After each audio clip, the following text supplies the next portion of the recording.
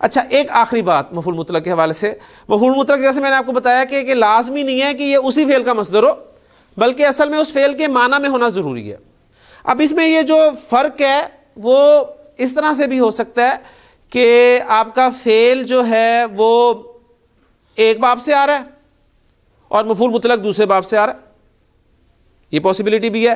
بعض اوقات فعل ایک مادے سے ہے، مفعول مطلق دوسرے مادے سے ہے، معنی سیم ہے.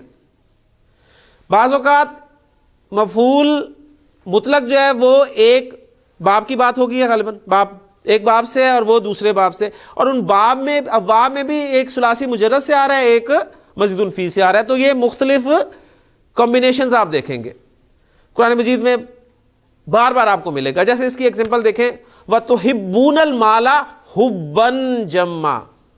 تحبونا، احبا یحبو باب فعل سے، فعل باب فعل سے آیا، اور حبن وہ باب فعل کا مصدر نہیں ہے بلکہ ثلاثی مجرد کا مصدر ہے. اسی طرح سورہ مدثر کی آیت ہے غالباً، وَتَبَتَّلْ إِلَيْهِ تَبْتِيلًا. تبتل یہ باب تفاعل ہے، اور تبتیلاً مفعول مطلق جو ہے وہ باب تفعیل سے آیا. تو یہ ویریشن آپ دیکھیں گے. یہ چند پوائنٹس ہیں جو انشاءاللہ تعالیٰ اگر آپ کے ذہن میں بیٹھ گئے تو قرآن مجید میں جہاں کہیں بھی مفعول مطلق استعمال ہوگا اس وقت انشاءاللہ آپ کو یہ بات جو ہے وہ کافی حد تک سمجھ میں آئے گی. اس کے علاوہ اس میں تھوڑی سی ڈیٹیل جو ہے وہ اور ہے، لیکن اس وقت وہ کافی ہیوی ہو جائے گا ہمارا سبق.